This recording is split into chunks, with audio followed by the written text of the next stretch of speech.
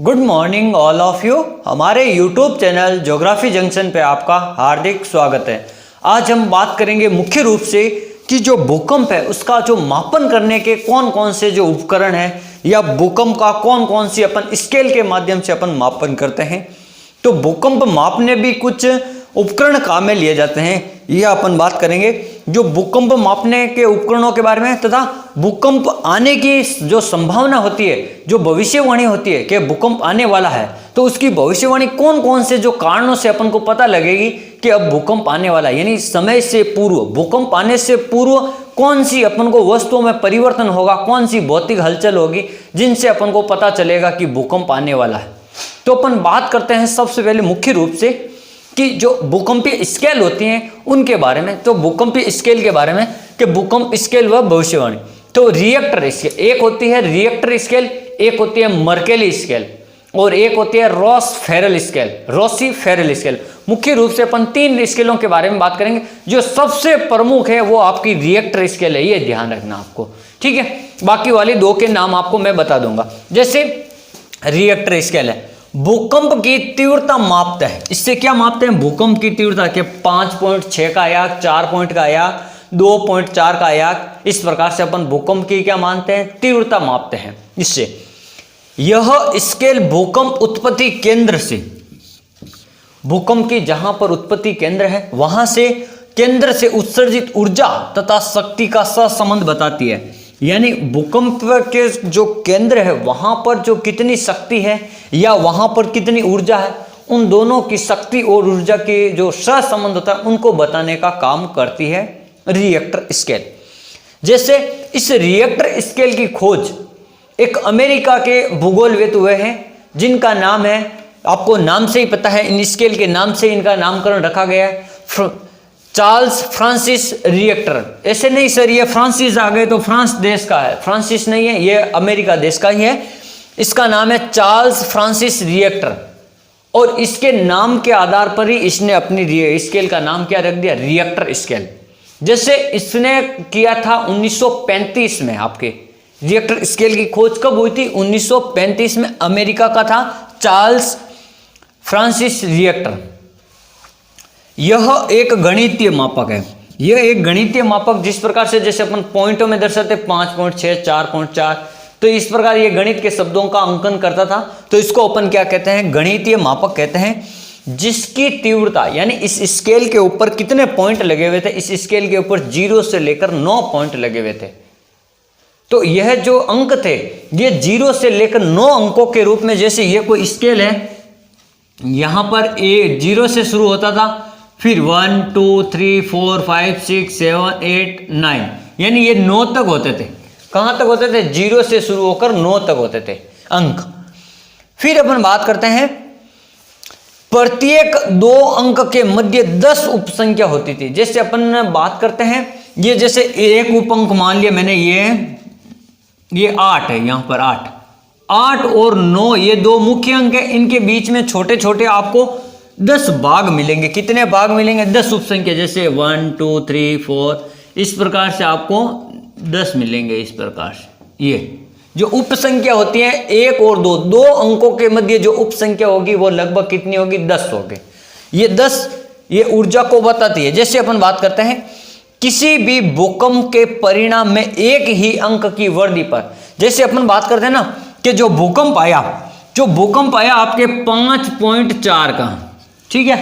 अब इसमें एक अंक का परिणाम की वृद्धि हुई, जैसे 6.4 हो गया।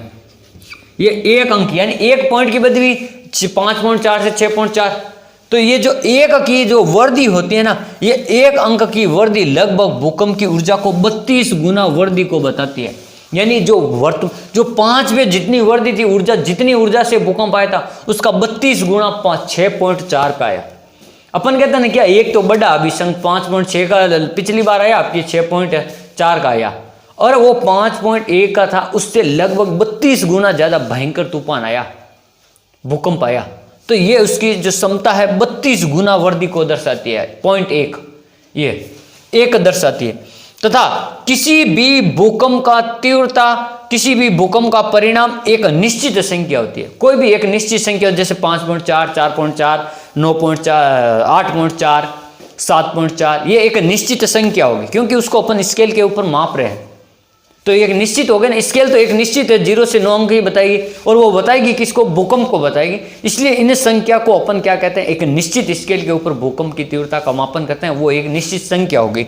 जैसे अपन बात करते हैं, ये तो हो गई आपकी मर्केली रिएक्टर स्केल। अब अपन बात करते हैं मर्केली स्केल।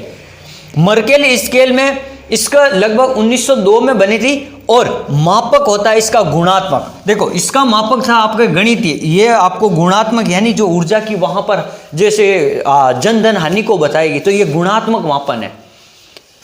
इसमें जो तीव्रता होती है, वो जो स्केल पर जो तीव्रता का मापन करते हैं, इसमें रोमन संख्या में 1 से 12 लिखा होता है। रोमन संख्या में क्या लिखा होता है, 1 से 12 तक अंक लिखे होते हैं रोमन संख्या में। 1 से 12 तक रोमन संख्या में या रोमन लिपि में अंक लिखे होते हैं और जो भूकंप के प्रभाव को बताते हैं, यानी गुणात्मक में क्या होता है, ये भूकंप को प्रभाव को बताते हैं। अधि केंद्र पर भूकंप की तीव्रता अधिक होती है। जैसे कहीं पर भी भूकंप आ गया, ये भूकंपीय क्षेत्र है, अधि केंद्र है, ये जो जमीन के बाहर वाला हिस्सा होता है ना, ये अधि केंद्र, तो यहाँ पर सबसे ज्यादा भूकंप की तीव्रता होती है। भूकंप की तीव्रता सबसे ज्यादा कहाँ होती है, अधि केंद्र पर। जैसे जैसे अधि केंद्र से दूर जाएंगे, भूकंप का जो तीव्रता है या जो उनका प्रभाव है वो धीरे धीरे कम होता जाएगा। भूकंप एक निश्चित संख्या होगी माप तो, लेकिन उसकी जो ऊर्जा है उसमें कमी आएगी। जैसे अधि केंद्र पर भूकंप की तीव्रता अधिक होती है और दूरी के साथ में क्या आ जाए, कमी। जैसे यहां से अब इधर जाएंगे जैसे जैसे दूरी से, तो ये क्या हो जाएगी, यहां पर भूकंप की तीव्रता में कमी आ जाएगी, जो ऊर्जा है उसमें कमी आ जाएगी।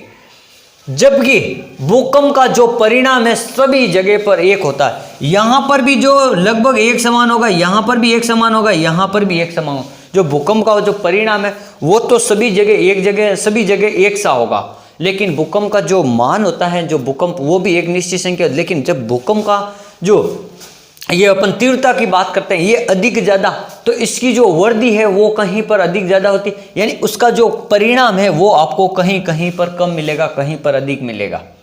तो ये इसकी बात करता है। फिर अपन बात करते हैं, जबकि भूकंप का परिणाम सभी जगह पर एक समान होता है, यानी भूकंप का जो परिणाम है वो भी सब जगह पर एक होगा और तीव्रता का मान भी सब जगह एक होगा।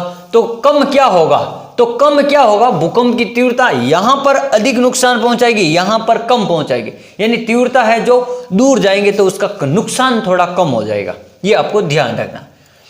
फिर अपन बात करते हैं, ये जो अगर ये स्केल अगर एक तीव्रता को दर्शाती है, ये स्केल अगर जो मर्केली स्केल है, तो ये एक तीव्रता बराबर होता है 170 ग्राम TNT। ये इसकी एक इकाई होती है। TNT क्या होती है, भूकंप मापने की एक इकाई होती है, ट्राई नाइट्रोटाइलियन। ये आपको ध्यान रखना, ट्राई नाइट्रोटाइलियन, टा आधा ल यू न टाइलियन, ट्राई नाइट्रोटाइलियन। TNT का मतलब होता है ट्राई नाइट्रोटाइलियन। ये भूकंप मापने की जो इकाई होती है मर्केली स्केल में, उसको कहते हैं। फिर अपन बात करते हैं कि विस्फोट के बराबर, यानी जो ये 1 ग्राम तीव्रता है, एक तीव्रता है वो 170 ग्राम विस्फोट के बराबर ऊर्जा को बताता है। ठीक है। फिर अपन बात करते हैं, एक स्केल आती है रोसी-फेरल स्केल। तो इसमें ये भी भूकंप को मापती है। इसमें लगभग आपको याद रखना है, इसमें मापक होते हैं 1 से 11। ये आपको थोड़ा अंतर ध्यान रखना। देखो पहली में होता है 1 से 9, दूसरी में 1 से 12 और तीसरी में 1 से 11। ये होते हैं आपके मापक अंक। फिर अपन बात करते हैं जैसे कि भूकंप का सर अध्ययन अपन कौन से विज्ञान में करेंगे। भूकंप का अध्ययन अपन भूकंप विज्ञान में करते हैं और सबसे ज्यादा पृथ्वी के आंतरिक भाग की अगर संरचना की जानकारी मिलती है तो आपको कौन से विज्ञान से मिलती है, भूकंप विज्ञान, सिस्मोलॉजी, जिसको अपन क्या कहते हैं, सिस्मोलॉजी या भूकंप विज्ञान अगर हिंदी में अपन कहे तो। इससे पृथ्वी की सबसे ज्यादा आंतरिक भाग की जानकारी अपन को मिलती है। फिर अपन बात करते हैं जो भूकंप का, जैसे अपन भूकंप को दर्शाना होगा जिस ग्राफ के माध्यम से, यानी अंकन लेखन करना होता अपन को, तो अपन सिस्मोग्राफ से अंकन करते हैं। जैसे अपन बात करते हैं कोई भी तरंग आएगी, जैसे P तरंग, S तरंग यहाँ पर। अब ये जिस प्रकार ये तरंग आएगी, ये PI मान लो, ये S है, तो यहाँ पर ये जो ग्राफ है इसके माध्यम से अपन क्या करते हैं, भूकंपीय तरंगों को अपन अंकन करने का जो ग्राफ होता है, जिसके ऊपर अपन लेखन करते हैं, जिसके ऊपर रीडिंग लिखते हैं, तो वो होता है सिस्मोग्राफ या भूकंप लेखन।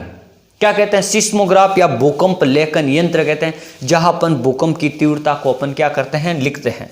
भूकंप की तरंगों का क्या करते हैं, अंकन करते हैं या आंकलन करते हैं। फिर अपन बात करते हैं, एक होता है, इंग्लिश नाम दे दिया हाइपोसेंटर, जो धरातल के अंदर वाला भाग होता है जहां पर भूकंप की उत्पत्ति होती है, उस बिंदु को अपन क्या कहते हैं, हाइपोसेंटर कहते हैं। देखो, धरती के भीतर वो बिंदु जहां तरंगों की उत्पत्ति होती है, जहां पर भूकंपीय तरंगों की उत्पत्ति होती है, उससे अपन क्या कहते हैं, हाइपोसेंटर कहते हैं। धरती के अंदर जो बिंदु जहां पर भूकंप की तरंगों की उत्पत्ति होती है, उसे अपन क्या कहते हैं, हाइपोसेंटर कहते हैं। फिर अपन बात करते हैं, अब जैसे मैंने बताया आपको, ये तो हो गया भूकंप का अंकन या मापन किस प्रकार से करते हैं। एक होता है, जैसे सर भूकंप आएगा तो अपन को पता क्या चलेगा, अपन भूकंप से किस प्रकार बच सकते हैं, तो अपन कुछ भविष्यवाणी कर सकते हैं। अपन कुछ भौतिक परिवर्तन देखेंगे या पर्यावरण में कुछ ऐसे वातावरण में परिवर्तन देखेंगे, उन परिवर्तनों से लग जाएगा कि ये भूकंप आने वाला है। जैसे मैं 2-3 उदाहरण आपको बताता हूं। जैसे पहला दिया हुआ है, पी तरंगों के अंकन में परिवर्तन होगा। जैसे भूकंप आएगा तो जो आपके सिस्मोग्राफ है उसमें जो पी तरंगों का अंकन है, उसका वेग बढ़ता जाएगा, धीरे धीरे क्या हो जाएगा, बढ़ना शुरू हो जाएगा।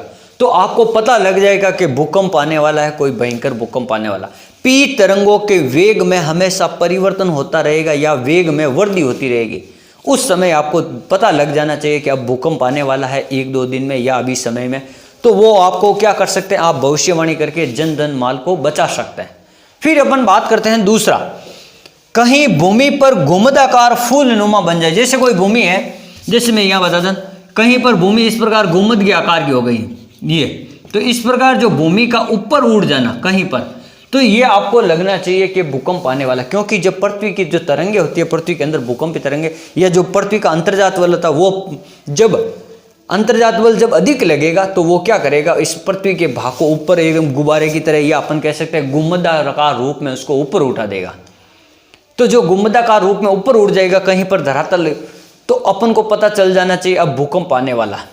तो अपन भविष्यवाणी कर सकते हैं कि भूकंप की किस प्रकार से, अगर पृथ्वी तल का कोई भी भाग अगर गुंबदनुमा हो जाए, यहाँ कहीं हलचल हो जाए तो उसे। तीसरा बात करते हैं, रेडन गैस का निष्कासन बढ़ जाता। जैसे कोई बड़ा अगर भूकंप आएगा, अगर ज्वालामुखी फटने से या कहीं बड़ा भूकंप आएगा, तो ज्वालामुखी से या वहाँ कहीं स्थान पर जैसे रेडन गैस की मात्रा बढ़ जाएगी, यानी धरती से जो रेडन गैस की मात्रा है वो ज़्यादा निकलने लग जाएगी। रेडन गैस की मात्रा में क्या होता है, परिवर्तन होता है और लगातार बढ़ती जाती है। तो वो भी एक भूकंप गैस की भूकंप आने की संभावना है। जैसे आपने पढ़ा होगा, चावल के जो खेत होते हैं ना, तो वहाँ पर रेडन गैस निकलती है, या जो पशुओं के जुबाली करने से जो रेडन गैस निकलती है। तो इनमें जब वृद्धि हो जाएगी तो आपको अनुमान लगा लेना है, आपको भविष्यवाणी करनी है कि भूकंप आने वाला है।